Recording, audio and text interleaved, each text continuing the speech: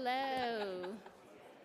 Thank you all for being here, joining us for the first breakout session of the day. My name is Minnie Ringland. I am REFED's Manager of Climate Insights, and I spend most of my time thinking about ways that we can present our data and insights around the links between food waste and climate change to the rest of you and really make these arguments compelling so we can continue to drive climate progress. So I'm really excited to be presenting you with this panel today on the importance of methane in all of our work. So I'm going to jump right into introductions because we have a fantastic group of panelists with us today. Directly to my left is Shannon Kenny. Shannon is the Senior Advisor in the U.S. Environmental Protection Agency's Office of Research and Development. She focuses on research needed to help the U.S. meet its goal to have food waste by 2030 and was the lead author of the two recent EPA reports on the environmental impacts of food waste. The first is called From Farm to Kitchen, and the second is From Field to Bin, and these help determine the new EPA wasted food scale. And Shannon has more than 20 years experience at the EPA with primary emphasis on climate change. Next down the line, we have Nicolas Diaz. He's the Senior Program Manager for Waste and Circular Economy at the Global Methane Hub, where he coordinates the development, evaluation, and implementation of a thriving portfolio reducing global methane emissions in the waste sector. He is focused on addressing climate change and advancing a sustainable society through consulting, research, and coordinating global multi-stakeholder efforts. And in a previous role, Nico contributed to passing Washington's Organics Materials Bill, which set ambitious landfill organics diversion goals as a way to reduce methane emissions. And last but certainly not least, Eben Ayandele is a manager in RMI, Rocky Mountain Institute's Climate Aligned Industries program, where she manages work streams on mitigating methane emissions from municipal solid waste, including developing mitigation strategies, conducting techno-economic analysis, designing workshops, developing capacity for municipal waste officials, and providing policy advisory. Eben began her career at RMI with the Africa Energy Program, where she supported rural electrification strategies. And I just learned that we both spent a significant amount of time in Buffalo, where I grew up, and Eben got both her undergraduate and master's degree at SUNY Buffalo. So to start us off, I live in California, where the weather is almost always perfect, and so I have a prompt for myself here to make some comment about the oppressive heat and humidity in Baltimore. But it's actually been really nice so far this week, so I have to scratch that. But this is increasingly not the norm, right? Last week we heard that the Global Monitoring Lab at Mauna Loa measured the highest concentration of carbon dioxide on record in May, and we're experiencing the hottest year on record with the hottest ocean temperatures on record, an increasing number of storms, floods, droughts, heat waves, and wildfires. And so there's really no question that we need to urgently address the greenhouse gas emissions that are driving these unprecedented environmental changes and their consequences. But in the climate space, we're no longer just talking about carbon dioxide. Methane is increasingly getting center focus in these discussions, and we heard both Dana and Secretary Vilsack earlier this morning talk about the importance of addressing methane. So I just want to take a step back and maybe cover the basics. And Shannon, I know I can always turn to you for a clear interpretation of the science. So can you set the stage for us by just explaining what methane is and why has there been such a rise in attention paid to it in recent years, and how is it related to food loss and waste? Thanks, Minnie. So I think all of us came to food waste from different ways, and I came in as a climate policy person. And we hit a difficult time where climate policy wasn't something we could all work on, and that's where I found food waste and became obsessed. So, and methane in particular, I think now that we're really feeling the impacts of climate change, you know, we have to stop and think about not just all the things we need to do, but the things we need to do right now. 10% of the emissions that are human caused have been methane to date, but 30% of the impacts are due to methane because it acts really quickly. It's more powerful and it acts more quickly. And so the whole food supply chain, including food waste, is a great way to focus on methane. And it's something we need to do in addition to a lot of other things, but maybe we need to do it first.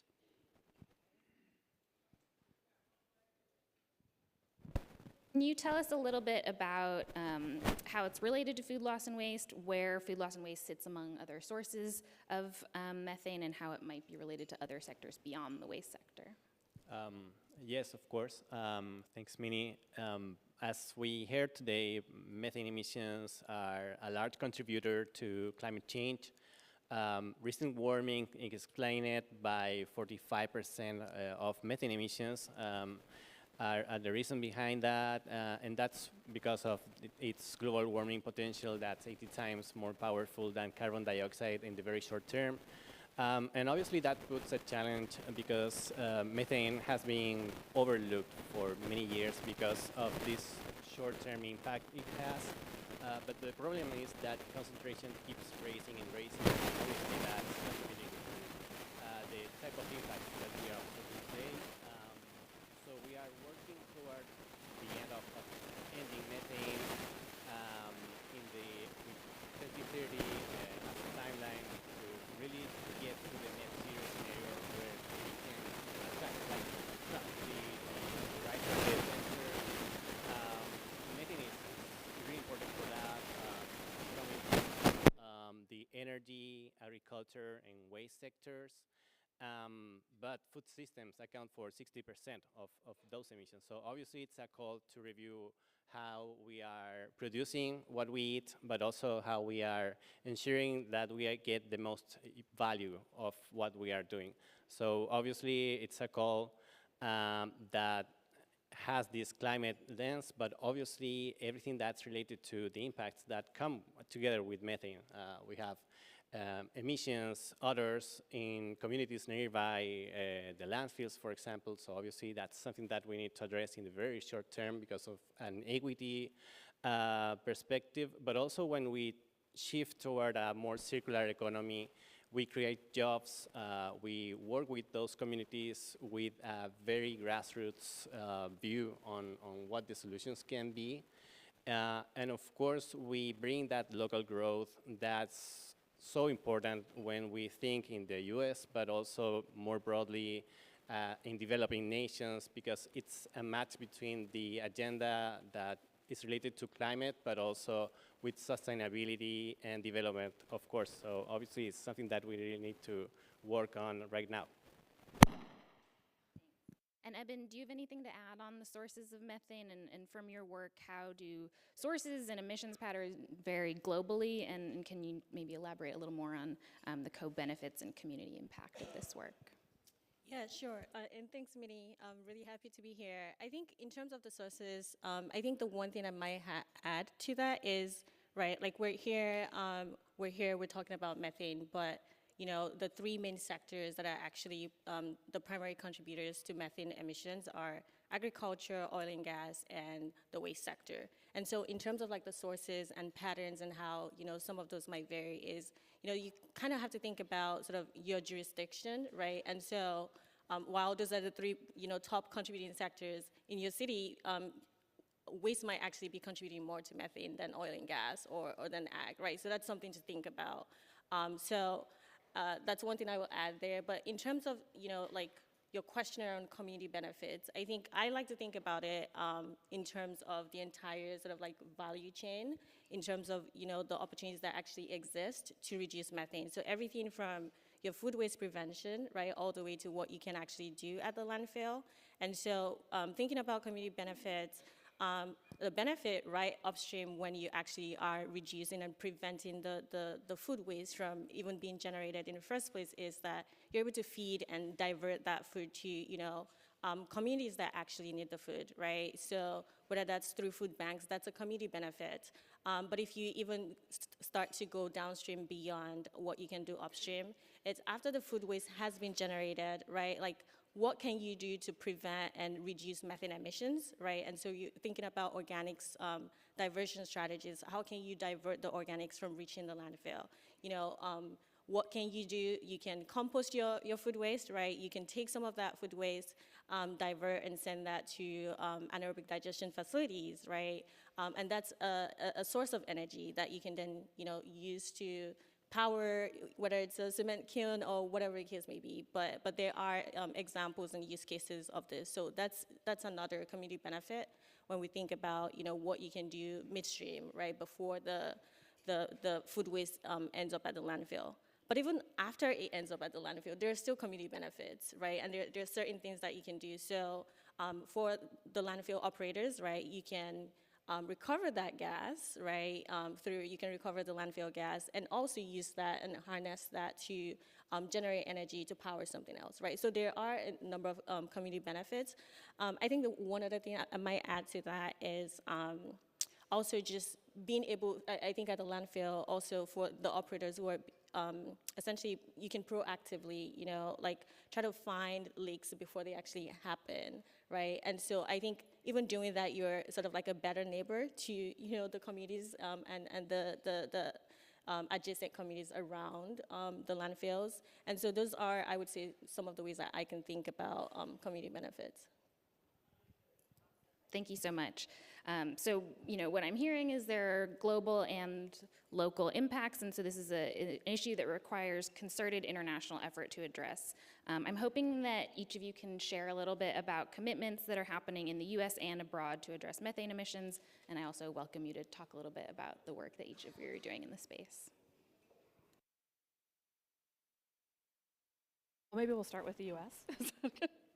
I will admit that the EPA is, we work internationally, but we're primarily focused on the U.S. because we're a big part of the problem, right? And we need to clean up our own house and then partner with USAID and others to help others. You want to show a couple things that we've done in the last year? Yeah. So the first thing that I think is really important to this conversation is looking at methane emissions from landfills and how much of it is caused by food waste. It turns out it's not proportional to the amount of food waste you put in. Food waste has an outsized impact. Because it decays more quickly than things like cardboard or paper, 58% of the fugitive emissions, these are the emissions that actually go up into the atmosphere and cause problems, are from food. And so we can increasingly do a better job on capturing gas, but we're not going to get it all. We're not going to get most of it. Right, where we can do a very good job at this point in science of getting that methane from cardboard that decays really slowly. But where food waste is concerned, often those parts of the landfill have not been capped, the systems aren't in place, and yet we're losing a lot of the methane right off the bat. So just important to the conversation to think about how it's not about leaks, it's not about better percentage gas capture, it's about diverting that food waste from the landfill in the first place. And then if you'll flip to the next one, the other big thing we've done in the last year is take those findings and then have a broader conversation and do some broader science at the agency about updating our recommendations. So you guys may be familiar with the food waste hierarchy triangle. It's been out there for about 20 years. This is the replacement. This actually is the new version of that. It looks different for a lot of reasons. One is that we looked not just at the climate impacts, and the other sort of core environmental impacts of a pathway that you might use to manage food. We also looked at the circularity. Does this have the potential to sort of retain the value of the product and put something back into the world? And that's why it's curved. It's also curved because the findings sort of lent itself to this, and that prevention is just way better than everything else from an environmental and circularity standpoint, right? And the bottom the three in red up there aren't making as much of the value, right? Whereas everything else is sort of in a shade of green because they're similar, there's pros and cons, you can debate it. We were able to rank them, but we understand those are all good choices. So this is our latest science. A couple things that really stand out that are different from the hierarchy, which unfortunately I've seen on the screen here many. We got to get our word out. Composting. It's really a circular solution. It's been around forever. It's a great solution. On the old hierarchy, it resided below industrial uses, which incorporated anaerobic digestion. It's now at rank with anaerobic digestion. And in fact, one of the best strategies we've seen is anaerobic digestion plus composting of the resulting digestate. Another just couple quick things to point out. One is down the drain, because we're seeing methane from sewers, right, from the material that's uncontrolled. And so we're doing some work now to get a better handle on what that looks like and how it compares to landfill methane. But in the meantime, we're guiding folks against that. And then the third thing to point out would just be anaerobic digestion is a wonderful solution. We're a little scared that we're seeing a lot of digestate go to the landfill. So when you make energy and then you have this product left over, you have water left over that has nutrients in it that you can either clean up or use as irrigation water, and then you have a solid that has a lot of nitrogen and phosphorus and good stuff in it. We don't want to see that go to landfill. So we've broken out anaerobic digestion into two different parts of the hierarchy to show that the best thing to do is use all the value of food. make energy, but also make a soil amendment. And that's better than just making energy and then throwing away the nutrients and continuing to manufacture synthetic fertilizer. To answer your real question, which is what are we doing next? We're super excited about the announcement today. So the heads of EPA and USDA, FDA, and USAID have just released their food waste strategy, which you can find on any of our websites. A couple big commitments coming out of that. Some are science and methane related, like our new science. We're gonna do some field work on sewer methane in partnership with WRF. But the really big thing that I think this crew will be most excited about is we're gonna sponsor a consumer education campaign. And part of that will be updating what we think the cost of food waste to a household is. Later this year, we'll have a new number.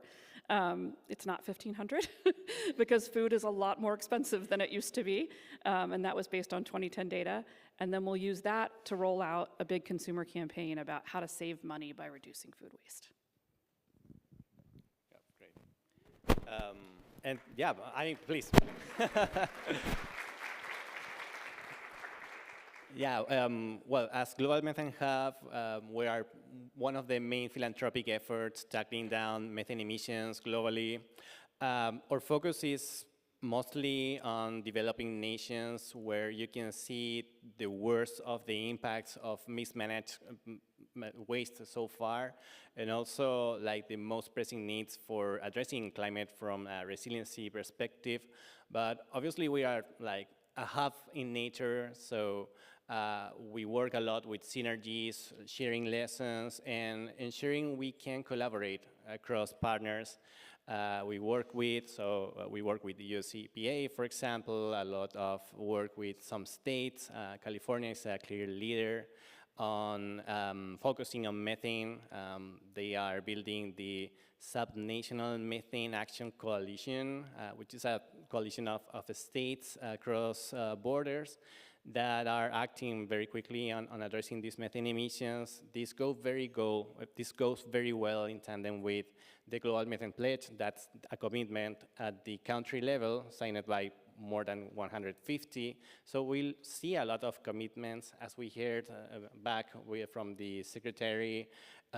Those are not enough. Obviously, you need to work on the plan, on the specific actions, and especially what we heard also about like what's the economic case for incentivizing the different actors to act upon like addressing methane and obviously move toward the more circular economy approach. And that's what we are trying to do globally. There's also an initiative being spearheaded by several organizations, including RMI and Global Methane Hub, along with the US Department of State. It's the Lowering Organic Waste Methane, or LOEM as short. That has a very similar approach than NSMAC, but also it's ensuring that all the efforts that we are deploying worldwide, with a strong focus in Latin America, for example, Africa or Southeast Asia, to name a few, obviously get the most of what's being done, but also works very closely with those governments to ensure we align with those and get to very concrete results that are needed by 2030, as I repeat again and again, because we are really like getting out of time.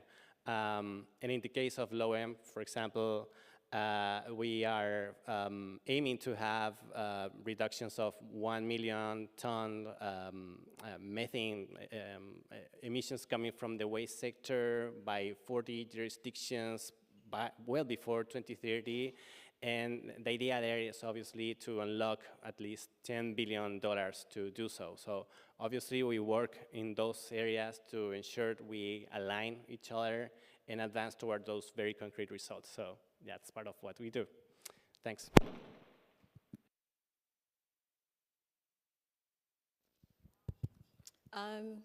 Yeah, and I think maybe what I would add to that is, or build upon that, right? Like Nico said, right, through some of the commitments, the Global Methane Pledge, whether it's the Low-M initiative, so RMI and some of the work that we're doing in collaboration with Cleaner Task Force and GMH is essentially, again, very focused on, methane emissions reduction. But I think the approach that we've been taking, and through sort of like this collaboration, is there's a tool that we recently sort of launched. It's called the Waste Methane Assessment Platform, or Waste Map, as you might hear me refer to it throughout the course of this conversation.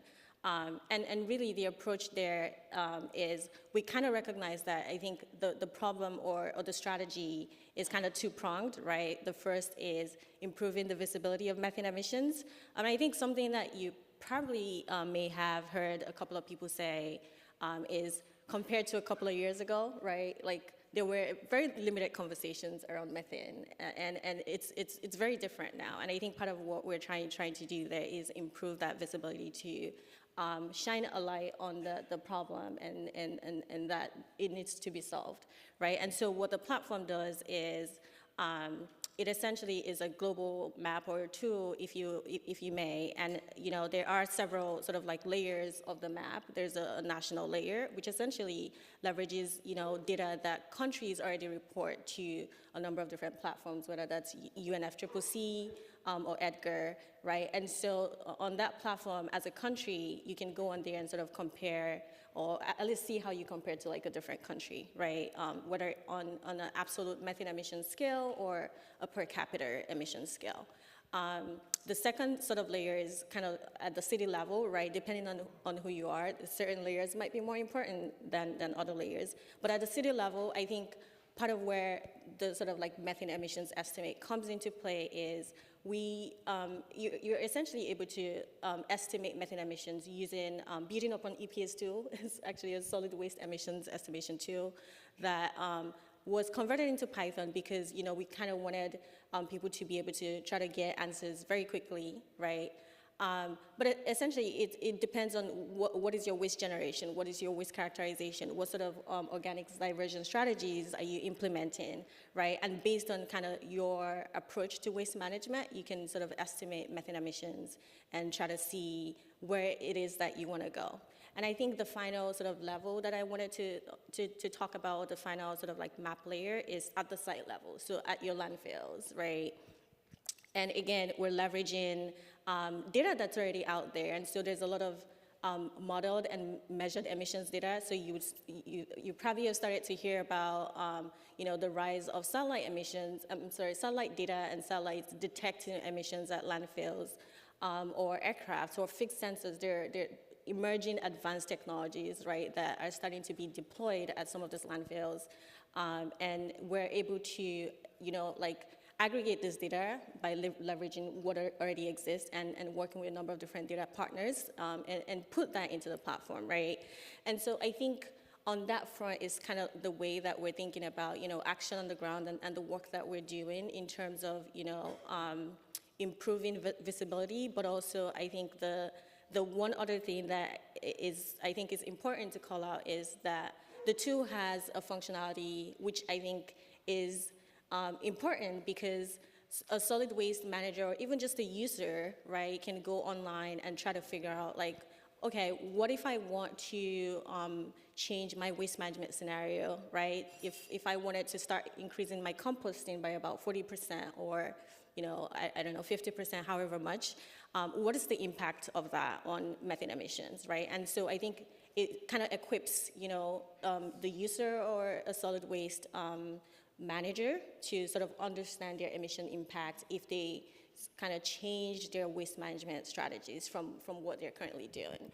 So I think those are some ways that, we think about sort of how we are approaching the work that we're doing, and that's kind of the emissions visibility aspect. I think I'll probably end by saying emissions visibility by itself is not going to do anything, right? That's just one approach to the problem. I think the real sort of where we need to kind of put the where the action needs to happen is on the ground, right? And so how do we combine that visibility with work that's happening on the ground, and I like to think of it as a complementary effort, and we're working across several different countries with our partners, right? And a few of those countries include Colombia, Ecuador, Mexico, Nigeria, the US here, right?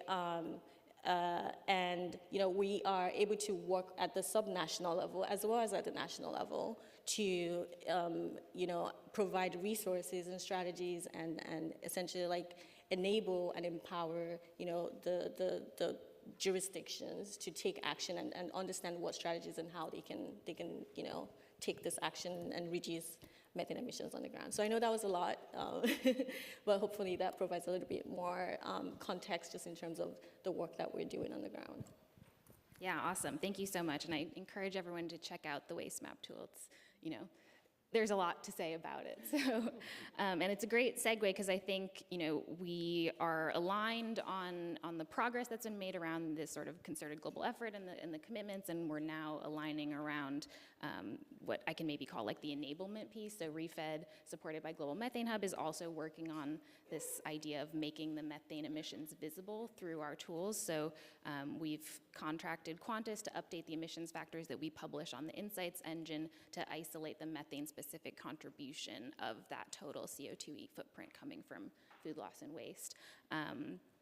And so these factors will be published on our tools and enable users to estimate the methane emissions associated with their food surplus and also the methane emissions expected from their solutions that they're implementing. We know that Global Food Banking Network is also developing a methodology around calculating the methane reductions expected from food banking operations. So I think I have two questions that maybe all of you can chime in on, and it's sort of, can you elaborate on this sort of theory of change, like dig into the theory of change around like the value of data in driving action, and then also like why it's so important for all of us to be aligned and talking to each other as we promote these tools and technologies. I can start. I hope you're hearing well. It seems that there are some issues with the mic. Yeah, as Evan was just saying, we need to understand data as a central piece of what can drive action. That's the approach that we are trying to have in these coalitions, and overall in our theory of change is one of the more strong components of what we do. Obviously, you need to, it's not about like just generating the data, it's about working with those who need to access to it, interpret it, and like put it in, into motion as solutions, as best practices in the landfill operations, for example, or to guide policy making. So obviously, you need to work with this constellation of stakeholders that need to work in coordination, addressing the methane emissions coming from the sector, but also like all the challenges that are surrounding this. But there are at least three other pieces of the picture that we need to take into account. The first one is like the more direct corollary, as obviously informing these commitments, plans that need to create the environment for these solutions to scale up and to be implemented.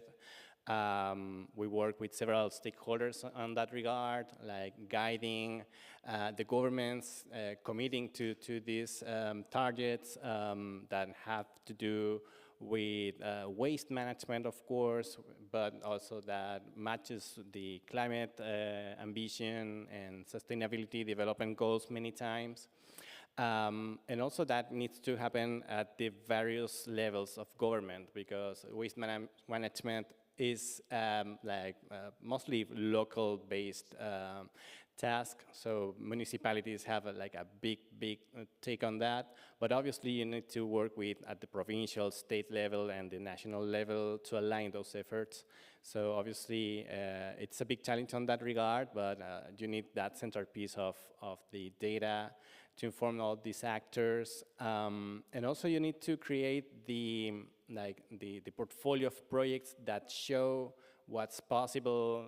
That's why we are super focused in generating this data that tells about not only the impact and the potential that you can have from diverting food, for example, or avoiding this to convert in methane in the first place, but also to getting a good understanding of what are the involved costs and how the business models work. Just to have an idea of how that can be deployed in a larger scale or from across borders. And obviously, this doesn't happen in isolation. There are communities, there are waste workers that are a very salient and relevant part of the ecosystems when we go beyond the developed nations, because they address the gaps that exist in what the government can offer. So obviously, having them involved in the very first beginning, in the design of the systems, and get that engagement between governments and these actors to work again, like with this data available, obviously is an important and increasing part of what we need to do to address methane emissions coming from the sector.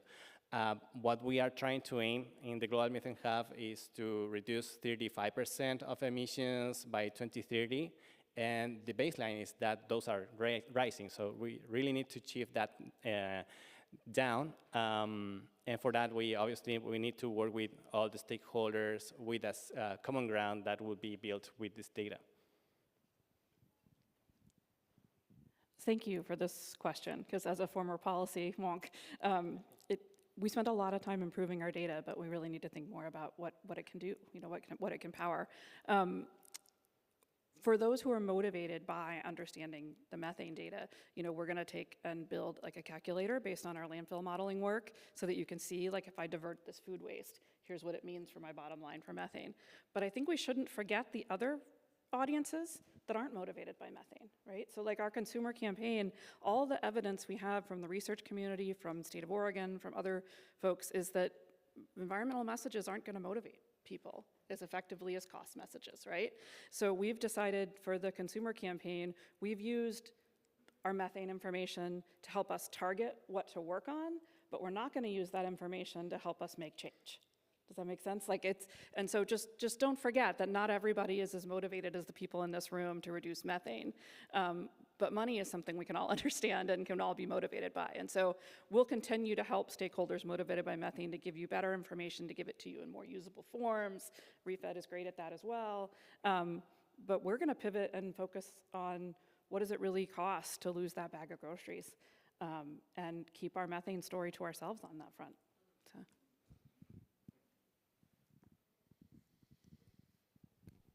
Sorry, I keep turning this off. I think my co-panelists here have actually touched on a lot of the points. Maybe the one other thing that I might add to this conversation is, one thing that we've heard over a couple of this conversation so far is this idea of emissions transparency and emissions visibility, and how the waste sector until a few years ago wasn't really quite at the forefront of the conversation when it comes to methane.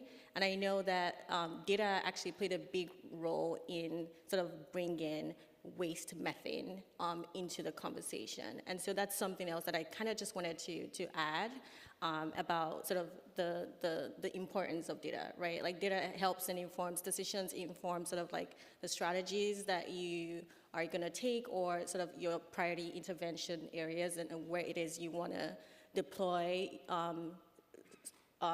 solutions, right? But also, I think part of the reasons why we started having a lot more of these conversations, especially about methane in the waste sector, was also because there was a lot more data, and I think specifically like satellite data started finding a lot of methane plumes over the last couple of years, and I think that kind of re-elevated the conversation and put methane back in the conversation. And so I think there is right, like the value of data cannot be understated in this situation. Great. Well, let's keep going on that path. What are key examples of progress that you're seeing? Who's taking that next step of implementing and bringing the data to bear on the ground? There we go. Well, I would like to highlight the work that we are doing with ReFed. We are getting very granular data that's going to inform action at the commodity level. I think that's something very challenging to achieve in other geographies. So obviously we are taking the leadership here from this group and from what the data can be worked on here in the US. And obviously we want to make the best use of that. We really prefer to think about commodities and materials instead of waste. So ensuring we get the most value of that. I took a tour yesterday in the kitchen, and it was very catching my eye, like the protocols and how it works to ensure like there's the less waste from what they do. A very yummy and great work they do. And we need to see that like elsewhere, like replicated across the country. So super important to have that in mind. And to advance on the necessary data and connect it with what I was just still talking about, like connecting it with the actors that need to access to it, either the legislation, state planners, the operators, and the private sector, of course, so they know like what can be done, how much it's going to cost, and how they can make it work. So that's the big challenge, and like following the, it's not there, but following the hierarchy, I really like the pyramid. We can get used to this new version. I mean, it's more circular, so I really like that. We need to think a lot more in prevention and recovery than in disposal, but when you see how many tons go to each of those options, those are, in the current form, they go to landfilling, so obviously we need to change that. But unfortunately, when we talk about data, most of data is in the baseline. So we know a lot about like how much cost to dispose of waste, but not so about how to prevent there from being spoiled. So obviously, we need to put our focus there, understand better what can be done, and work with the organizations, food banks, for example, where we are working in a methodology to account for methane reductions from that option. And we are combining that like methodology with piloting some capabilities to have those in-house and to work with that with better tracking capabilities and technologies, and also crossing that with the data that's needed to form that action. So that's why we are trying to foster this synergy and to really move the needle in this circle toward the most preferable options that we really need to see deploying in the very short term. So yeah, big challenge, but an urgent one. Plus one, I also really like the pyramid. But change is good. This is important. It's good. I think to your question, Minnie, on what are some examples of progress that we're seeing, right?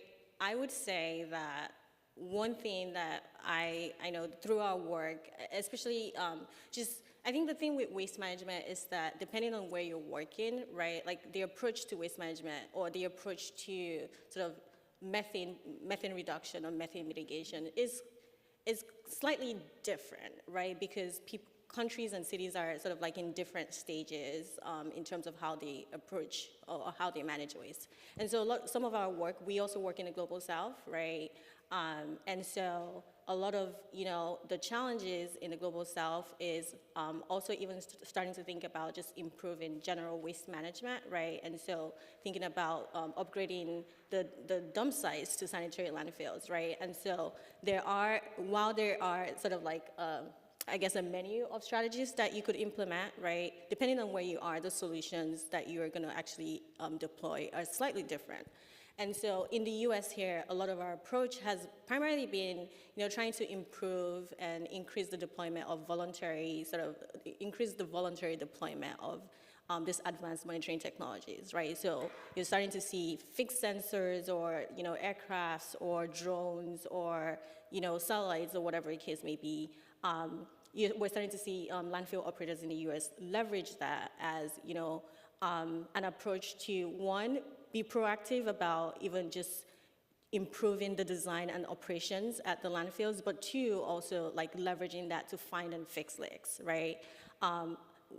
some of the other countries where we're working are not quite there yet, right? And so the strategy or the approach is a little bit different. It's, while diversion is important and should absolutely be the strategy to focus on, because we just don't want the organic materials at the landfills. But when they get to the landfills, what do you do, and what can you do, right?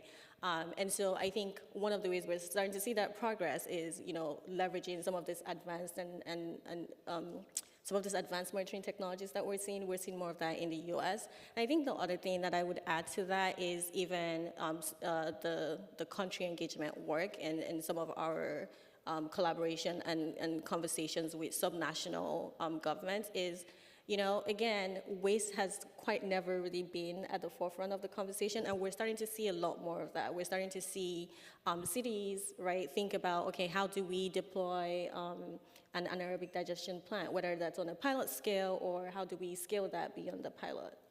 And so I think starting to see some of those conversations and starting to materialize is what I would say an example of progress in this space. And I think in a few years, hopefully, we continue to see this similar trajectory.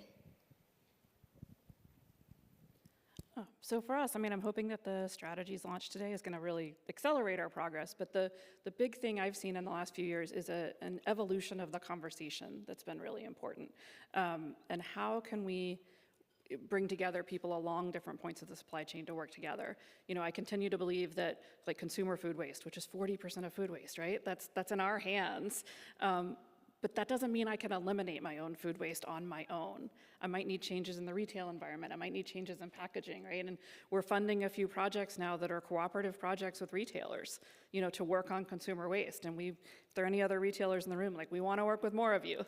And we want to prove that it doesn't hurt the bottom line. We want to find ways to not affect sales, but have consumers get more value out of their product, have that asparagus look great when they eat it on day 5, right? And maybe that's just about the amount they purchased, maybe it's about how they stored it when they got home, maybe it's about, but finding the ways to work together along the supply chain, I think, is the biggest thing. The other big conversation changer is this landfill data, at least for us inside the agency. We have landfill rules, right, about how much gas you have to collect and when. Those rules are up for review. They're on a cycle where every so many years we have to take a look and see, do we have it right? Do we need to tighten it? Do we need to loosen it? And we're getting there's a lot of conversations happening with stakeholders, and a lot of those stakeholders saying, hey guys, why isn't diverting food from landfill a compliance option? And we haven't figured out if that's possible yet inside the legal system we work in, but what a great conversation we were not having 2 years ago, Well, I want to take the opportunity now, and I know a lot of you in the audience work on this pretty closely, so now is your chance to ask maybe some more of those kinds of questions. So I'll open it up. We'll have time for maybe 2 or 3, and I think there's a mic in the middle of the room there if you want to jump in.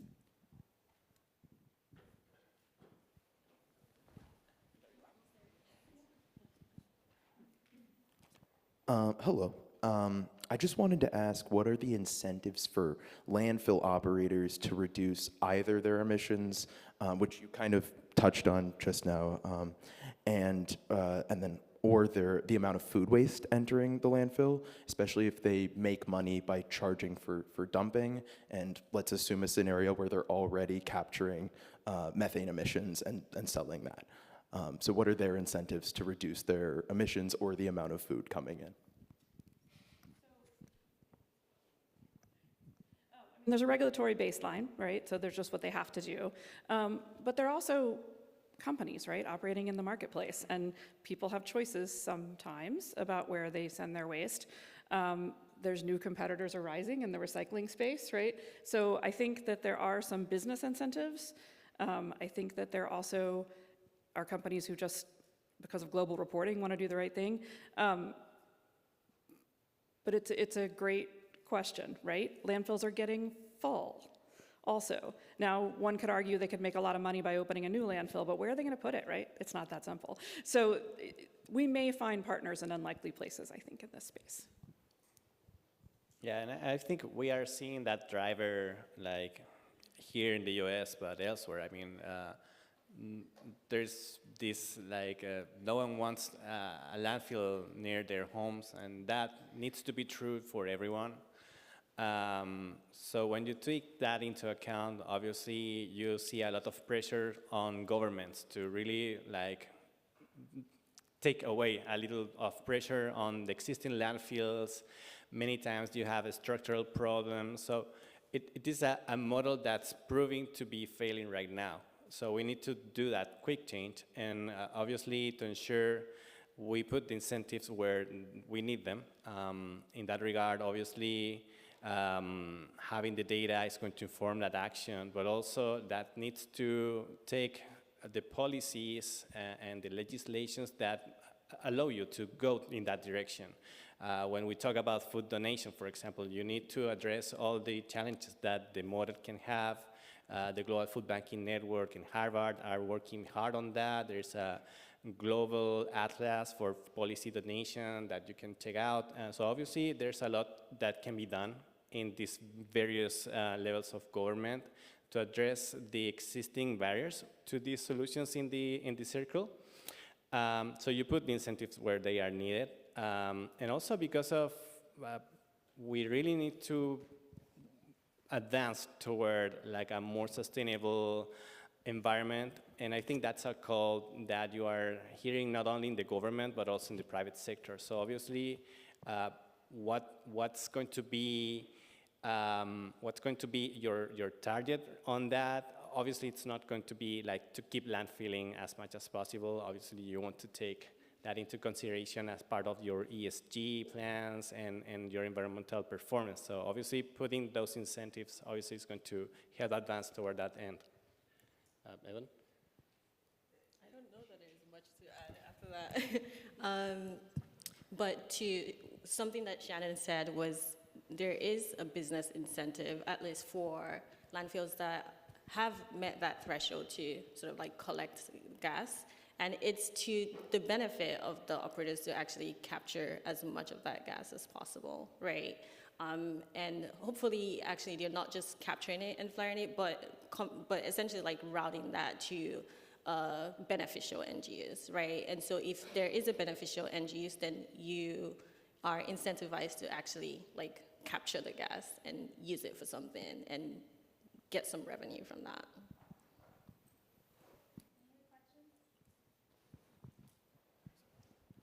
This is a question for Shannon for the EPA. Building on something that Minnie said, we have an opportunity to really use the models and the data to drive action. And I have to say I was somewhat disappointed with the EPA scale. Did you consider having more of a circular depiction? There's a natural circularity to organic material rather than linear, though it's in a U shape. My organization, Solana Center for Environmental Innovation, recently published an article in Biocycle magazine with an alternative depiction that closes the loop. So I'd like to hear your thinking. Maybe you don't represent the group that designed that model, but I'd love to hear whether that was deliberately skewed. Thank you. I am the lead author of the paper but I am not a graphic designer. We hired a really talented firm to help us and like listen to us explain what it meant and then figure out how to depict it. And I'm actually happy that we got this circular, right? I know it's not perfect. I know folks will change it. I had beefs with the triangle because it made it look like you were doing a little bit of one thing and a lot of another thing to some people, and that the differences among things were equal. Right, so we did our best. We hope that there's a hint of circularity in that, but the analysis that powered that was not just about circularity, right? You had to balance, because you can be circular and not have the lowest environmental impact, just like you can have the lowest environmental impact and not be circular. So we were threading a needle here. I mean, we did our best, but we looked at both standard life cycle assessment techniques and a circularity assessment, which hadn't been done yet. I mean, that's the most exciting piece of the work to me, is that chapter. We did our best. We're open to, I mean, I'd love to see what you did with it, right? Like, because, again, I'm not an artist, I'm a scientist, so like, you know, we're happy to see other folks' interpretations of the data visually. Hi, thanks for taking questions. So I believe the EPA has approved one technology as a sort of alternative method of monitoring landfill methane emissions. That's the sniffer robotics drone. But obviously there's satellite technology out there. There's plane flyovers as well that some states have done. And I wanted to know what you all thought about should the EPA be approving newer technologies in addition to the, sniffer robotics drone in order to monitor emissions? And maybe, Shannon, if you're able to speak to, why that hasn't happened yet, I'd be curious as well. But yeah, thanks. So I can't speak to that directly. It's a very specific question that I have to talk to the folks who work on it. But I will say that, and I work in the Office of Research and Development, and we are working with folks and trying out a lot of these technologies. I mean, I'm sure you guys saw, I think it came out like in the last few weeks, the NASA satellite data that, showed that we were underestimating landfill methane emissions. We've been working with NASA on that for years. As researchers, we're very interested and open to trying out a wide variety of technologies. I can't answer your specific question of what we've approved or not approved. I'll just talk loud. I think we all understand that methane's a problem. How big does a reduction have to be to have a significant climate impact? I can take that one. So we are aiming to a 35% of reduction by 2030 compared to 2020 baseline emissions.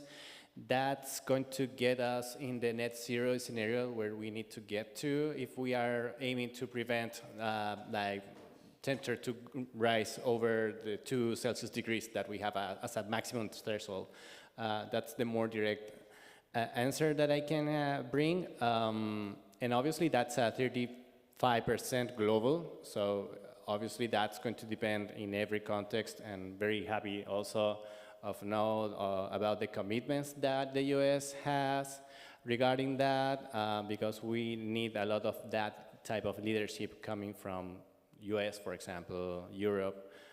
So the rest of the world can react to that and prepare to quickly adjusting how they are managing their waste. I hope that. Yeah, is it primarily US, Europe, and China? Or, I mean, could you isolate which countries are the largest methane producers? I thought China was number one. Well, the thing is that in difference related to carbon dioxide, that is an urgent problem. It's a different type of problem in terms of how it works, because that's like a cumulative impact that it has. So obviously, when we talk about climate change and how to address carbon dioxide, obviously it's like an accounting problem, and that obviously changes how you see it between developed nations and developing nations. The big difference with methane is that it is like a very short-term impact that it has. So obviously it's much more related to current emissions than the cumulative ones. And in that regard, every nation has a very direct call to reduce the emissions coming from the waste sector. These are very related to food consumption patterns. It has to do a lot with how we manage the waste. So obviously it's something that we need to address globally with the resources and the capabilities that we see in every place. So as Evan was just talking about, we start from a different baseline in every sector, in every country. That needs to be taken into account, but obviously we need to see that leadership in the big numbers. So obviously it's a challenge that's shared, differentially shared, but obviously we need to see these large emitters drive down very quickly the emissions coming from their waste ecosystems.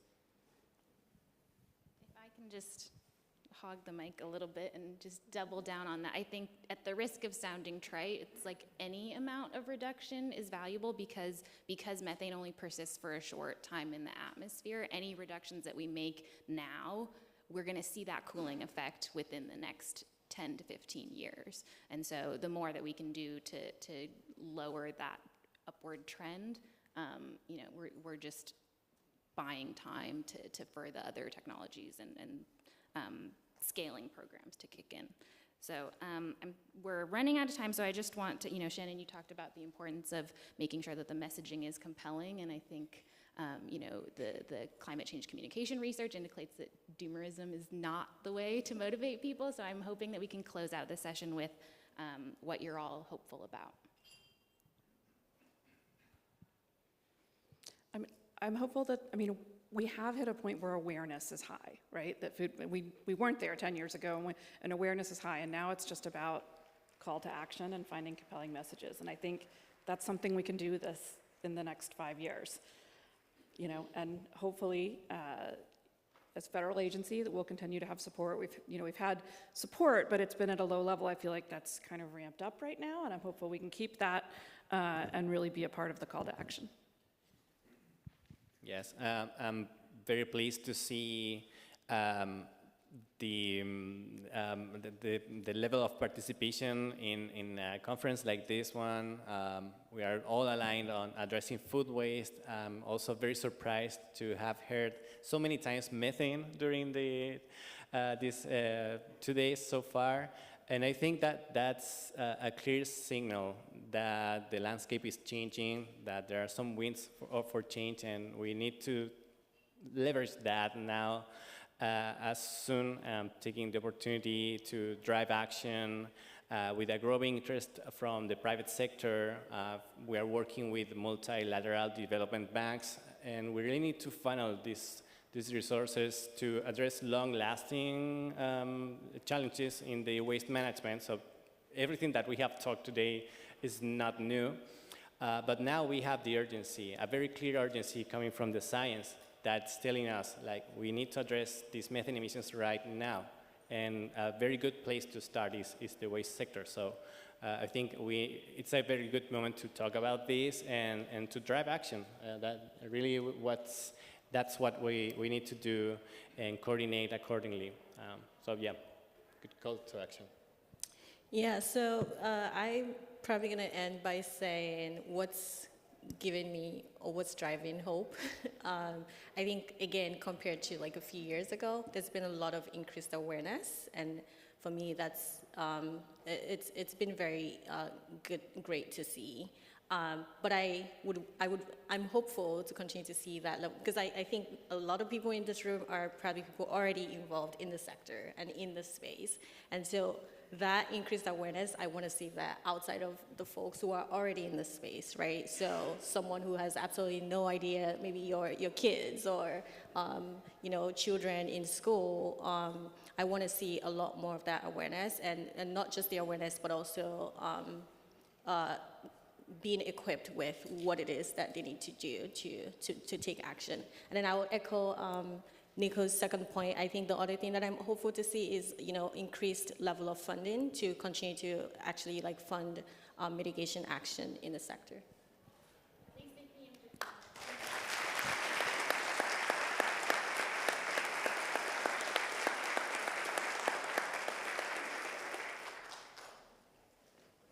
All right, so next we have lunch in the ballroom 1 upstairs, and then the next round of breakout sessions will start at 1:30. Thank you all so much, and have a great conference.